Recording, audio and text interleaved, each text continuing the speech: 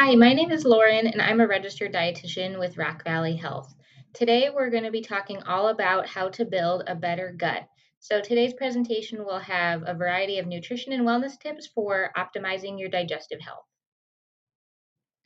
First, let's start by talking about what your microbiome is and why it's important. Your gut microbiome consists of trillions of different organisms like bacteria, fungi, and other beneficial microorganisms, and most of these live in your large intestine. Overall, we want to have a lot of diversity of good bacteria to help support your overall health. So, eating things like gut friendly foods, which we'll talk about shortly, generates beneficial compounds for your gut health called short chain fatty acids. These components help support your immune system, reduce inflammation, and actually help regulate your mood and metabolism. So, these are my top 5 gut-friendly food recommendations. Overall, we really want to focus on fiber, which all of these are great sources of that for our gut health. Ideally, the goal for females is 25 grams per day, and the goal for males is a little bit higher, up to 38 grams per day. But you want to go low and slow with starting to implement fiber into your routine and also make sure you are drinking lots of water.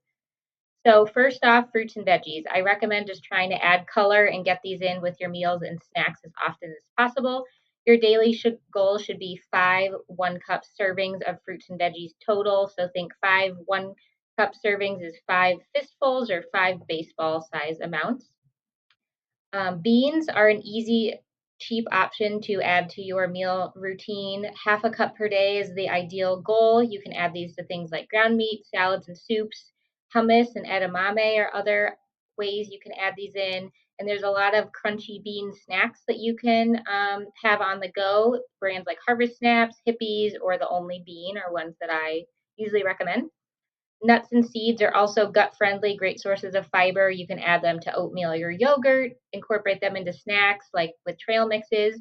And also, chia and flax seeds are nutrition gut friendly powerhouse foods as well. You can add these into a lot of different things if you're baking or making like oatmeal or yogurt bowls. Like I mentioned earlier with the nuts, you can add them into a lot of different things. And then whole grains, we want to focus on these because they do have a lot more fiber. 3 servings of whole grains is your ideal goal. So anything with the word whole in the name or on the label is going to work for this. Whole grain pastas or breads are an easy swap. Oatmeal is a whole grain, as well as popcorn and quinoa, and then whole grain cereals as well. And then the biggest thing that most people kind of struggle, I think, to get into their diet for their gut health is fermented foods. We want to try to have 1 serving of fermented foods a day to help with our gut health. So the most popular option for most of us is trying to get yogurt in because that has those live microorganisms in it. Kefir is also a drink that's similar to yogurt, but it's a drinkable option that could be an easy source. Also, fermented foods are things like sauerkraut, pickles, kombucha is a fermented drink, and then sourdough bread is actually a fermented food. All right, so in addition to those top 5 gut friendly foods, compounds called probiotics and pre and postbiotics are lumped in with those as well. A lot of those foods, the fermented foods specifically that I mentioned, are great sources of probiotics.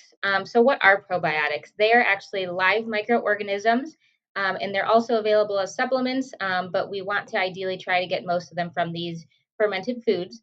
And it's really important to make sure we are getting the probiotics in our diet for ideal gut health because it really helps support a balance of good bacteria with bad bacteria. If we have more good bacteria in our gut, that can help minimize digestive symptoms and prevent us from getting sick super often. A couple well researched strains of probiotics are lactobacillus and bifidobacterium. There's different recommendations for everyone based on, if you have certain gastrointestinal conditions and things like that. But these 2 strains have a lot of research behind them that they can work well to bypass the acidity of your stomach and work well to generate that healthy balance of good bacteria. Pre and postbiotics, you may or may not have heard of. Prebiotics are non digestible fibers, and it's actually the food that helps fuel the good bacteria or probiotics in your gut. So the prebiotics are going to be in foods like bananas, barley, oats, garlic, artichokes, kiwi, peas, beans, and potatoes. So a lot of those gut friendly foods that we talked about earlier. And then postbiotics is another interesting one that can help with your gut health as well. These are compounds that are actually produced when fermented foods are consumed. So those short chain fatty acids, those are really beneficial for our gut health and can be produced when you consume probiotics. So, in addition to those gut friendly foods and probiotics and pre and postbiotics, getting those things from your diet, there are a lot of other lifestyle factors that can affect your gut microbiome. So, starting off with medications, certain medications like antibiotics, that actually wipes out all of the bacteria, either good or bad, in your gut. So, being mindful of if you're on antibiotics, that can alter your gut bacteria. Metformin is a popular diabetes medication that can affect your gut microbiome, as well as acid reflux medications, ibuprofen, antidepressants, and laxatives. So, just keeping that in mind. Physical activity is actually really beneficial for your gut health. It can cause less bloating and constipation, promote growth of good bacteria, and reduce inflammation. And then any kind of illness is not the best for your gut health. It really creates more bad bacteria and an imbalance between the good and bad bacteria.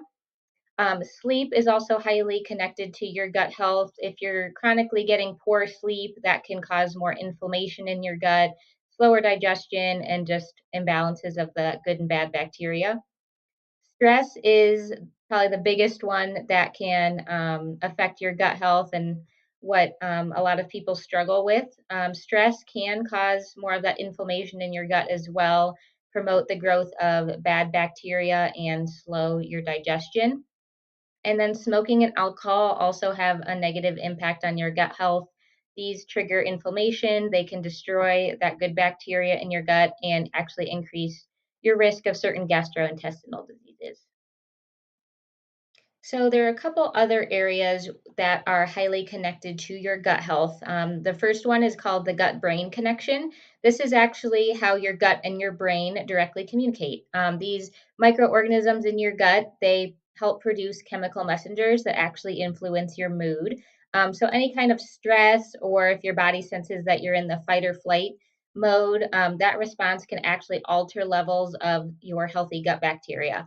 And research has shown that individuals who have mental health conditions like PTSD, ADHD, autism spectrum disorders, anything like that, can actually cause gut microbiome imbalances.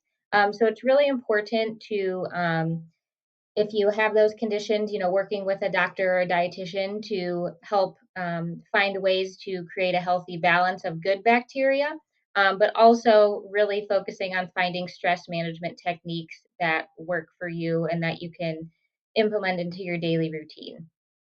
Another interesting topic is the gut skin connection. There is actually direct communication between your gut and your skin. So, if there's imbalances in your gut microbiome of the good and bad bacteria, we've learned that this can cause more inflammation, which can actually lead to skin flare ups, acne, things like that. So, a balanced gut microbiome can cause less inflammation and healthier skin. And the good bacteria in your gut can actually help support a healthy skin barrier. So here are our take home messages from today's presentation. First is focus on fiber, all of those gut friendly foods, adding fermented foods, moving more to support your gut, trying to get whatever physical activity you can, and prioritizing healthy sleep and focusing on trying to manage stress in healthy ways. So, I would challenge you to try to pick one of these things and start small and start working on some goals of ways that you can improve your gut health. All right, that is all for today's presentation. Thank you for watching. I hope you learned something new about how important gut health is and hopefully some new ways that you can support your gut health in your daily routine.